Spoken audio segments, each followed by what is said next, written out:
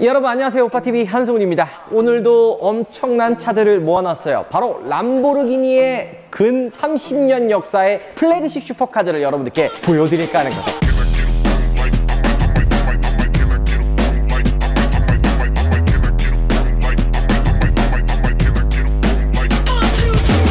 이런 슈퍼카 비교 오빠TV 아니면 어디서도 볼 수 없는 거 알고 계시죠? 오늘 진짜 역대급 차들 준비했으니까 한번 기대해 주셔도 좋을 것 같습니다.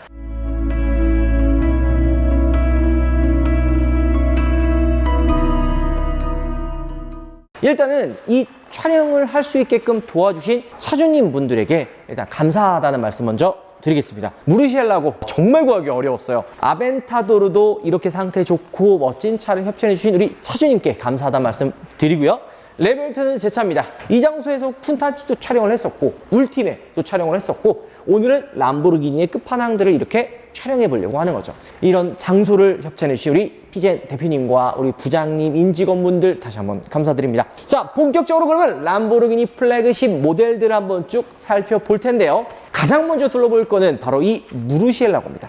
이 무르시엘라고 엄청나지 않아요? 제가 이 무르시엘라고를 처음 보고 자동차에 빠져들었어요. 이 당시 제가 이제 좀 엄청 좋아했던 차들이 몇 가지가 있는데 하나는 SL55AMG입니다. 금색깔로 해가지고 쫙 그 롱로이 쇼테크 너무 예뻤거든요. 근데 그 SL만 보다가 갑자기 2008년도 12월 24일 크리스마스 이브 때 아직도 기억이 지워지지가 않아요. 그때 압구정에서 제가 그 당시 여자친구랑 다 걸어오고 있었는데 저기서 주황색이랑 흰 색깔 LP640이 탁 오는데 존재감이 다른 거야. 그냥 다른 차들은 뭐 오징어고 그 당시 2007년도 8년도면은 그때 나왔던 차들이 뭐예요? NF 소나타 막 이런 거 나올 때잖아. 그 당시에 이 디자인의 이 차가 도로에 나왔다고 생각을 해보세요. 완전히 다른 류의 차가 등장을 한 거죠. 이 무르시엘라고는 일단은 2001년에 나와가지고 2010년까지 판매된 차량입니다. 아벤타도르도 그렇고 레벨2도 람보르기니는 한번 신차를 내놓으면 한 10년 동안 제대로 울고 먹어요. 근데 물론 이 10년 동안 똑같은 차를 이제 하는 게 아니라 범퍼 디자인 좀 달라지고 전기형, 후기형, 뭐 이제 하드코어 같은 이런 모델들이 순차적으로 나오긴 하지만 조금씩 달라지는, 그리고 이 달라지는 것도 포인트가 좀 있어요. 일단 이 무르시엘라고는 2001년부터 2010년까지 만들었다고 했잖아요. 얘는 후기형이에요. 전기형 같은 경우에는 580이라고 했어요. 무르시엘라고 580, 그러니까 580마력이었죠. 후기형으로 넘어오면서 LP640으로 이름이 바뀝니다. 그리고 엔진도 원래 제 기억으로 580이 이제 6.0L였던 걸로 제가 알고 있는데 맞나? 제가 가물가물 하거든요. 그 당시에 좀 이제 헷갈리기는 하는데 어쨌든 지금 이 LP640 같은 경우에는 6.5L 12기통 엔진이 들어가 있고요.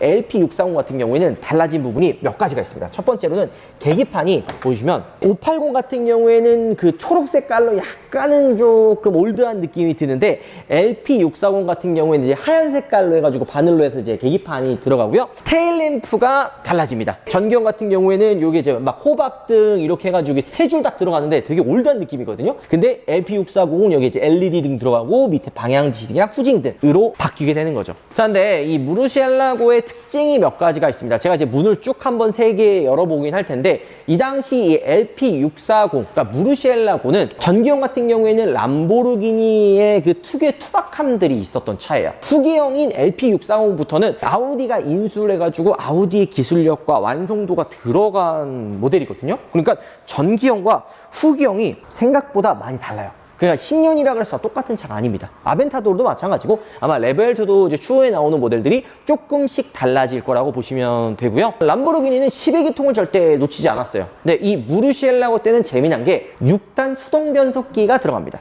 아벤타도르 때는 수동이 없었거든요. 근데 얘는 6단으로 해가지고 이만한 봉 하나 있어요. 이거 되게 빡빡해요. 저는 이 수동을 운전해 본 적도 없고 무르시엘라고도 타본 적도 없어요. 왜냐면 이 당시 이 차가 그 당시 아파트가 2억 3억이었거든요. 근데 그때 화폐 가치를 생각하면 얘가 6억 7억이면 아파트 세 채 값이에요. 진짜 회장님들 아니면 못 타고 다니는 그런 차였죠. 그러니까 내가 이 타볼 기회도 없었고 지금도 타보라 그러면 못 타요. 왜냐면 전자장비라든지 너무 퓨어한 이런 느낌 때문에 사고 날까봐 못 타고 다니는 약간 좀 무서운 그런 게 좀 있는 거죠. 자, 말이 좀 샜는데 6단 수동 변속기와 2기어가 들어갑니다. 근데 이게 어떤 좀 느낌이냐면 아까 얘기했던 대로 얘는 10년 동안 판매가 되니까 580마력부터 670마력까지 있습니다. 670마력은 SV 슈퍼벨로체, 그 이건희 회장님이 타고 다니는 차로도 유명했었죠. 이 당시에는 차 가격도 어마무시하지만 이때 나온 슈퍼카들은 아무나 운전을 못합니다. 운전을 잘하는 분들만 좀 타고 다닐 수 있는? 왜냐면 얘가 580마력에서 얘는 지금 640이니까 640마력이거든요. 640마력을 컨트롤할 수 있는 사람들만 타고 다닐 수 있는 차입니다. 그리고 이게 제가 좀 이따가 한 번 더 슬쩍 얘기하겠지만 아벤타도르랑 이 무르시엘라고는 엔진이 딱 중앙에 위치해 있지는 않아요. 이게 중간에 싱글 클러치랑 2기어가 변속기 진짜 크거든요. 그래서 자세히 보면 이게 한쪽으로 살짝 치우쳐 있어요. 엔진이. 제가 그 아벤타도르 때 한 번 더 설명해 드리도록 하고, 다 비슷한 것 같지만 다릅니다. 제가 키부터 좀 보여드릴까요? 자, 요게 무르시엘라고 키입니다. 보면 되게 투박하죠. 그리고 얘는 이렇게 키를 꽂고 돌리는 아날로그 방식이고요. 요게 아벤타도르 키입니다. 아벤타도르는 이런 식으로 이게 람보르기니 로고가 여기 들어갔어요. 근데 이게 아우디 키랑 똑같이 생겼어요. 요거 들어가는 게 람보와 아우디의 차이고요. 요게 레벨 2 키입니다. 사실 요 레벨 2 키도 보면은 아우디랑 비슷해요. 근데 레벨 2는 요 본넷을 열 수 있는 게 있고 뒤에 이제 람보르기니 로고가 따로 들어가 있는 거죠. 제가 이걸 왜 이야기하냐면 이 무르시엘라고는 이 문을 열었을 때 시저도어, 그러니까 람보르기니의 상징이죠. 딱 이렇게 수직으로 열려요. 이 당시 이제 2007년도에 이게 도로에 이렇게 문 열고 내렸어 봐요. 지금도 사람들 다 쳐다보는데 이 당시에 이거면요 끝났습니다. 아벤타도르도 문을 열면은 이때도 보시면 시저도어가 들어가 있긴 하지만 살짝 옆으로 사선으로 열립니다. 무르시엘라고랑 조금 다르죠. 자, 이거 잘 기억해 주시고 옆으로 넘어가서 아벤타도르와 레벨 2를 비교해보죠. 막상 문을 열어보고 나서 알았어요. 문을 열면 얘는 더 옆으로 이렇게 열립니다. 약간 라페라리처럼 열려요. 정면에서 보면 어때요? 무르시엘라고는 수직으로 열리고 아벤타도르도 사선으로 살짝 옆으로 열리는데 레벨 2는 더 옆으로 열립니다. 그러니까 이 문짝의 이 디테일들이 다 보여요. 근데 이게 단점이 뭐냐면 문을 열 때 조심해야 돼요. 옆에 기둥이나 옆에 차가 있으면 문을 못 엽니다. 이 문을 열었을 때 이 잡아먹는 폭을 보세요. 얘 여기 있죠? 아벤타도르도 많이 잡아먹는다고는 하지만 레벨 2에 비해서 덜 잡아먹어요. 그리고 오히려 진짜 편한 거는 이 무르시엘라고입니다. 무르시엘라고는 그냥 수직으로 열리기 때문에 사실 뭐 공간을 잡아먹을 이유가 없죠. 나 이게 너무 영광이네요. 이 무르시엘라고를 한번 앉아보도록 할게요. 사주님 감사합니다. 여기 보이시죠? 여기 사이드 브레이크도 수동이고 거울도 심지어 없어요. 이 유리도 그렇고 시야가 되게 좁은 편이기는 합니다. 세월의 흔적이 조금 있기는 있는데 차고 높이 조절이나 이런 것들이 다 있고, 이 당시 람보르기니들이 아우디도 똑같지만 제일 문제가 뭐냐면 이렇게 버튼을 누르는 칠이 까져요. 이거는 이제 그냥 버튼을 교체하면 되기는 하는데 굳이 그걸 교체할 필요가 있나 싶어서 아마 교체를 안 하시지 않았나 생각이 좀 듭니다. 그리고 한 가지 재미난 게, 자 보시면 무르시엘라고는 프레임리스 도어가 아니에요. 그래서 이렇게 문을 열고 닫는 약간 이 공간이라든지 이런 것도 좀 다르고요. 사이드 미러도 지금 봤을 때는 좀 아벤타도르와 무르시엘라고와 디자인이 좀 많이 다르기는 합니다. 문 여는 레버도 이쪽 위에 있어요. 손잡이 레버가 이렇게 있죠. 그래서 이렇게 수직으로 열립니다. 엔진룸도 한번 볼까요? 엔진룸 여는 거는 이쪽 이렇게 있죠. 엔진룸이 열면 좀 많이 다르죠. 그 다음에 얘가 여기 에어덕트거든요. 이게 공기가 들어와서 다운포스 만들어주고 열받으면은 이 에어덕트가 이렇게 올라갔다 내려갔다 하는 게 딱 여기 있습니다. 그리고 엔진룸 딱 보면 어때요? 진짜 퓨어하죠? 12기통. 야, 여기 그냥 엔진이 이따시만 하고 기어 들어가고 람보르기니를 상징하는 엔진이기는 해요. 근데 지금 보면은 이 무르시엘라고가 이 곡선미도 예쁘고 차 자체가 되게 예쁩니다. 되게 거칠어요. 이 무르시엘라고는 황소가 사실 그렇잖아. 길들여지지 않는 딱 그 황소의 그 전형적인 느낌이 바로 이 무르시엘라고라고 보시면 됩니다. 여기 앞에 본넷도 한번 열어볼까요? 자, 여기 있다. 그래서 여기에 이제 캐리어라든지 가방이라든지 이런 게 들어가고, 보면은 무르시엘라고도 카본 바디가 들어가긴 하지만 스틸이랑 카본이랑 섞여 있어요. 풀 카본 모노코크 바디는 아닙니다. 풀 모노코크 바디는 바로 아벤타도르부터 풀 모노코크 바디가 들어가는 거죠. 문이 열리는 것도 그렇지만 이 아벤타도르가 처음 나왔을 때 2011년도거든요. 저도 그때 기억이 너무 납니다. 무르시엘라고가 최고라고 생각을 했었는데 2011년도에 그때 이제 참전 모터스가 있을 때거든요. 삼성동 쪽에 그 전시장이 있었는데 거기에 이 주황 색깔의 아벤타도르가 전시가 되어 있는 거야. 근데 그 당시에는 람보르기니 전시장이 아무나 못 갔어요. 사전 예약하고 막 들어가서 차를 볼 수 있었는데, 그래서 제가 그 당시가 25살 정도 됐었으니까 못 들어갔잖아요. 그래서 창문 너머로 엄마랑 와이프랑 나랑 셋이 이렇게 구경하러 갔었던 기억이 있거든요. 근데 그 당시 아벤타도르가 너무 파격적이라 아직도 그 존재감을 잊지 못하는 거죠.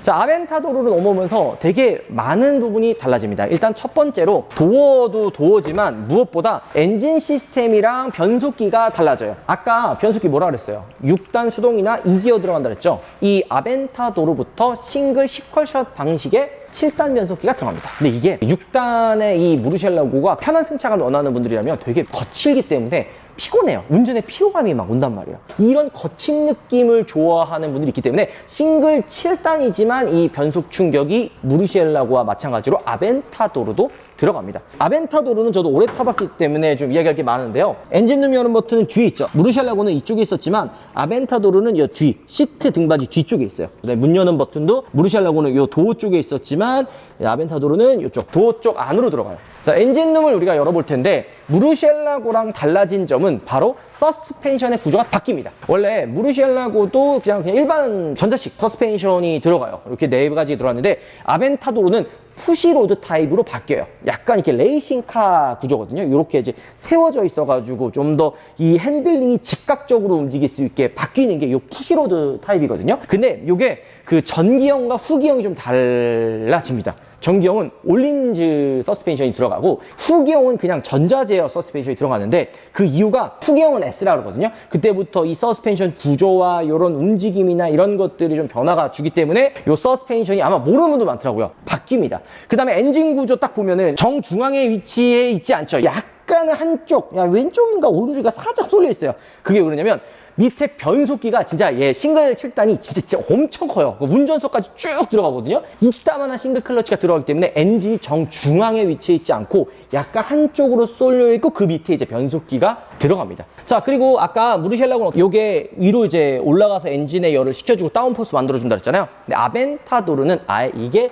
오픈 형태로 바뀝니다. 근데 이거는 언제부터 바뀌냐? 이 무르시엘라고랑 마찬가지로 아벤타도르 2011년부터 얘가 2022년까지 판매를 했거든요. 10년 동안 판매를 했는데 전기형인 LP700은 고질병이 있었어요. 딱 SV까지. 무르시엘라고랑 달리 아벤타도르는 이 공간이 되게 제한적이었어요. 그래가지고 엔진의 열이 안 빠져서 엔진 열 때문에 시동이 꺼진 경우도 있고, 얘가 지금 보면 스포일러가 이렇게 있잖아요. 요게 스포일러가 올라갔다 내려갔다 하는 역할입니다. 근데 요거 튜닝 많이 해가지고 고정식으로 이따만한 거 장착해놓거든요. 제가 왜 잘하냐? 제가 해놨었어요. 이걸 고정식으로 해놓으면 뭐가 문제냐면 이 뒤에 배선이 녹아요. 스포일러가 열려가지고 엔진의 열도 좀 식혀주면서 여기 안에 있는 공기를 좀 뒤로 이렇게 빼줘야 되는데 고정식 스포일러가 들어가면 이 뒤쪽에 있는 배선, 제가 기억하기로는 그 배선이 도난 방지 센서랑 연결돼 있어가지고 갑자기 녹고 이러면 그냥 갑자기 차가 막 시끄럽게 울렸던 기억이 있거든요. 이 아벤타도르가 열과의 싸움이었어요. 그래서 LP700은 여기가 닫혀있는 상태에서 주행하면 이게 얘는 이쪽이 위로 들려가지고 움직였다 그랬잖아요. 얘는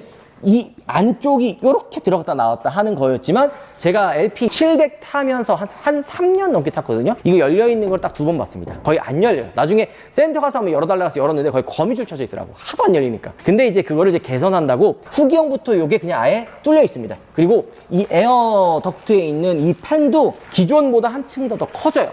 왜? 열 효율을 좋게 하기 위해서. 그리고 무르시엘라고는 로드스터가 있었어요. 근데 우리나라에 이 LP640에서 로드스터가 2대밖에 없나 진짜 극소수거든요. 근데 무르시엘라고는 이 로드스터 탑이 심지어 소프트 탑인데 이 방식이 돌돌돌돌돌돌 말아야 돼요. 자동이 아니에요. 개 힘듭니다. 제가 그 해외 포럼에서 탑 여는 거 한번 봤거든요. 이게 한번 탑을 열면 반듯하게 안 돼요. 진짜 힘들더라고요. 자, 근데 이 아벤타도르도 이제 로드스터가 생겼어요. 지금 보면은 이렇게 탑을 열 수 있는 방식인데 이게 되게 획기적으로 바뀐 거예요. 탑을 열어서 이 앞에 본넷으로 넣을 수 있으니까 로드스터가 나오는 거예요. 근데 사실 이 아벤타도르의 진짜 인기 많은 거는 로드스터입니다. 이 탑을 열었을 때 개방감이 정말 좋기 때문에 대부분의 소비자분들이 로드스터를 원하는 거죠. 자, 운전석에 한번 가보도록 할까요? 제가 여기서 한번 타보도록 하겠습니다. 지금 보시면 실내 공간이 어때요? 굉장히 좁죠? 중간에 싱글 클러치 7단 변속기가 들어가다 보니까 이 센터 콘솔이 위로 많이 올라와 있어요. 짐을 하나 둘 만한 그런 공간도 없고 그냥 딱 운전에만 집중할 수 있게끔 만들어진 게 아벤타도르입니다. 그리고 문을 여는 도어도 이쪽에 있고요. 전자식 4륜 구동이 들어갔고 푸시로드 타입의 서스펜션이 들어가다 보니까 나름 경쾌하지만 묵직하면서도 되게 이중적인 매력이 가진 차예요. 그리고 오디오 센서넘 오디오 들어가는데 이거 안 넣으면 오디오 진짜 구대기입니다. 제가 이거는 오디오가 필수라고 생각이 드는데 본넷을 한번 볼까요? 요거는 윈드 디플렉터. 이거 뭐냐고 물어보시는 분들이 있는데 탑을 열면 요쪽 A필러 앞쪽에 이렇게 연결해가지고 바람이 실내로 들어오는 걸 막아주는 역할을 하는 게 딱 여기 있습니다. 이게 로드스터에만 들어가 있고요. 이렇게 이제 고정으로 할 수 있는 이제 킷들이 들어가 있죠. 이게 로드스터에만 들어가요. 이제 쉽게 할 수 있게끔 이게 번호가 적혀 있어요. 그래서 딱 지금 탑을 열면은 번호 있거든요. 그렇게 안쪽에 끼면 설치가 다 됩니다. 자, 여기까지가 아벤타도르예요. 12기통 엔진에 7단 싱글 클러치 전자식 서스펜션이 들어가는데요. 레벨 2는 완전히 다른 시스템의 자동차라고 보시면 됩니다. 요즘에 규제가 빡세지면서 12기통에서 다운사이징이 돼가지고 그냥 기통수 다 내려가잖아요. 포르쉐 막 4기통, 페라리도 8기통 라인업에서 6기통에서 296 내려갔고, 람보르기니 테메라리오도 10기통에서 8기통으로 내려갔고. 근데 이 레벨 2는 12기통을 그대로 유지합니다. 무르시엘라고부터 아벤타도르 레벨 2까지 똑같냐? 다릅니다. 무르시엘라고랑 아벤타도르는 개선되면서도 이 안에 구조 바뀌고 압축비 바뀌고, 그러니까 다 똑같아 보이지만 다르거든요. 근데 이 레벨 2는 엔진도 완전 달라요. 첫 번째, 그냥 완전히 다르다라고 이야기할 수 있는 게 뭐냐? 주유구가 있어요. 아벤타도르는 오른쪽에 있죠. 레벨 2는 왼쪽에 있습니다. 그리고 이 왼쪽에 있는 것 좀 달라진 게 이 주유구 버튼을 눌러야 돼요. 왜 그러냐면 주유구 캡이 없어요. 레벨 2는 없지만 아벤타도르는 있죠. 기존에 있었던 엔진을 이렇게 180도로 돌렸어요. 그냥 아예 구조가 이렇게 바뀌었습니다. 오른쪽에 있었던 연료통 위치가 엔진이 180도 돌아갔기 때문에 당연히 왼쪽으로 왔을 거 아니에요. 이게 첫 번째 이유고, 두 번째는 유럽에서도 고급차 약간 이런 거는 주유구가 왼쪽에 있는 걸 선호하더라고요. 그래서 왼쪽으로 바뀐 이유도 있습니다. 레벨 2는 문 여는 것도 많이 달라졌어요. 지금 보면은 원래 아벤타도르는 요 밑에 있었잖아요. 그 다음에 무르시엘라고는 요 도어 쪽에 있었는데, 무르시엘라고처럼 도어 쪽에 문 여는 게 이동했습니다. 좀 더 심플하게 바뀌었어요. 이렇게 당기는 레버 형태가 아니라 버튼을 누르면 문이 위로 열리고요. 엔진룸도 보면 어때요? 커버가 아예 없어요. 그럼 유리가 없이 그냥 오픈되어 있잖아요. 이게 왜 그러냐면 보여주겠다. 이걸 왜 가리냐? 우리의 자존심이다. 그래서 아예 커버가 없습니다. 그리고 이게 또 한 가지 이유는 엔진의 열을 좀 더 효과적으로 식혀주기 위해서 아예 없는 거죠. 그리고 이게 유압식 리프트도 없어요. 굳이 이걸 엔진을 열 필요가 없다라는 거죠. 무르시, 아벤, 레벨 2가 완전히 다르다는 거를 우리가 엔진룸만 열어도 알 수가 있는 거예요. 그 다음에 또 뭐가 바뀌었냐? 얘는 7단 DCT 듀얼 변속기로 바뀝니다. 아벤타도르는 이 싱글 클러치 해가지고 밑에서 안쪽에 실내까지 들어있잖아요. 이 레벨 2는 엔진의 위치가 딱 정중앙에 있죠. 그리고 변속기가 실내 딱 뒤 안쪽으로 들어가요. 그리고 배터리가 바닥으로 들어갑니다. 이게 뭘 의미하냐면 무게 배분이 조금 더 안정적으로 중간으로 위치하기 때문에 주행 느낌이 달라요. 제가 오늘은 이거 사실 제 차가 아니기 때문에 주행을 못 해보겠지만, 아벤타도르 저 다 타봤잖아요. SVJ 빼고. 얘가 민첩한 게 미쳤어요. 왜 그럴까요? 얘는 아예 4륜 구동 시스템이 달라요. 기계식 4륜 구동, 그 다음에 전자제어 4륜 구동. 얘는 전기 모터가 개입을 해가지고 주행을 합니다. 앞쪽에 전기 모터가 2개 들어가거든요. 이 전기 모터가 전자식으로 제어를 해주니까 ELSD라 그러나? 아마 그럴 거예요. 지금 명칭이 생각 안 나는데, 이게 개별적으로 다 따로 움직이다 보니까 이 움직임이, 핸들링이 미쳤어요. 모터 변속기 쪽에 하나 더 있거든요. 그게 시동도 걸어주는데 역할을 하고, 충전하는 데도 역할을 해주고, 운전했을 때 반응도 훨씬 더 빠르게 반응하는 거죠. 플러그인 하이브리드가 들어가기 때문에 조금 더 많은 것들을 제어를 해줘요. 주행, 충전, 그리고 움직임, 아예 아벤타도르보다 한결 더 다른 움직임을 보여줍니다. 전기 모터로 12km 가거든요? 너무 작은 거 아니야? 생각할 수 있는데, no! 람보르기니는 전기 모터로 타고 다녀 라는 게 아니에요. 시동을 걸었을 때 이제 무르시엘라고랑 아벤타도르 시동 걸면 진짜 소리가 진짜 엄청 크거든요. 근데 레벨 2는 시타 모드가 있어서 시동 걸었을 때 조용합니다. 도심이나 좀 아파트나 이런 좀 사람들이 많은 데서는 시타 모드로 차를 끌고 나와. 그 다음에 이제 좀 사람이 없는 한적한 곳에서 엔진의 시동을 걸어가지고 예열을 하고 타고 다녀. 딱 그런 용도예요. 그렇기 때문에 플러그인 하이브리드지만 람보르기니의 12기통의 자존심은 그대로 지켰다. 운전석을도 한번 또 들어가 보도록 할까요? 이 차는 딱 보면은 다르죠? 시동을 걸어도 조용합니다. 지금 시동 건 거예요. 실내 공간이 굉장히 넓었어요. 여기 수납 공간도 생기고, 실내도 지금 보면은 여기 문 도어 여는 버튼이 도어 쪽으로 이동을 하면서 실내 공간도 한층 더 넓어졌고, 아벤타도르는 요거 바를 둘 수 있는 곳도 제한적이라 되게 좀 좁았거든요. 근데 실내 공간도 한층 더 넓어졌고, 제어 기능도 많아지고, 그 다음에 무선 업데이트 되는 것도 훨씬 더 많고, 이거는 넘사벽이죠. 컵홀더가 들어가 있습니다. 물론 이거 공짜 아니에요. 140만 원인가? 옵션으로 들어가는 거긴 하지만 완전히 다른 구조를 가지고 있고요. 패신저 디스플레이, 조수석에도 디스플레이가 있기 때문에 완전 최신형의 자동차라는 거를 느낄 수가 있는 거죠. 근데 좀 아쉬운 건 방향지등이 여기 없어요. 이게 방향지등. 근데 이게 단점이, 운전하다 보면 위에 이제 방향지등 올라오는 게 아니라 이 밑에 있다 보니까 잘 안 보이는 거죠. 본넷도 얘가 제일 길죠. 통카본이에요. 얘는 아마 문 쪽이랑 요거 몇 개 빼면은 다 통카본 모노코크 바디로 되어 있어요. 무르시랑 아벤타도르는 이 범퍼의 끝선이 위로 많이 올라오고 본넷 후드가 되게 짧은 느낌이라면, 레벨2는 범퍼의 끝선을 최대 밑으로 내리고 보닛의 섯은 길게 가져간 거죠. 그리고 여기에 충전 단자가 안쪽에 있어요. 여기 안쪽에 있다 보니까 탑을 열었을 때 넣을 수 있는 공간이 안 나와요. 그렇기 때문에 이제 로드스터가 안 나온다, 구조적으로 힘들다, 이런 얘기를 하는데, 저 레벨터도 한 10년 팔아야 되잖아요. 10년 팔아야 되다 보니까 분명히 나올 것 같기는 한데, 만약에 나온다면 소프트탑 혹은 이 탑을 이제 따로 보관해 놓고 타는 차들이 있거든요.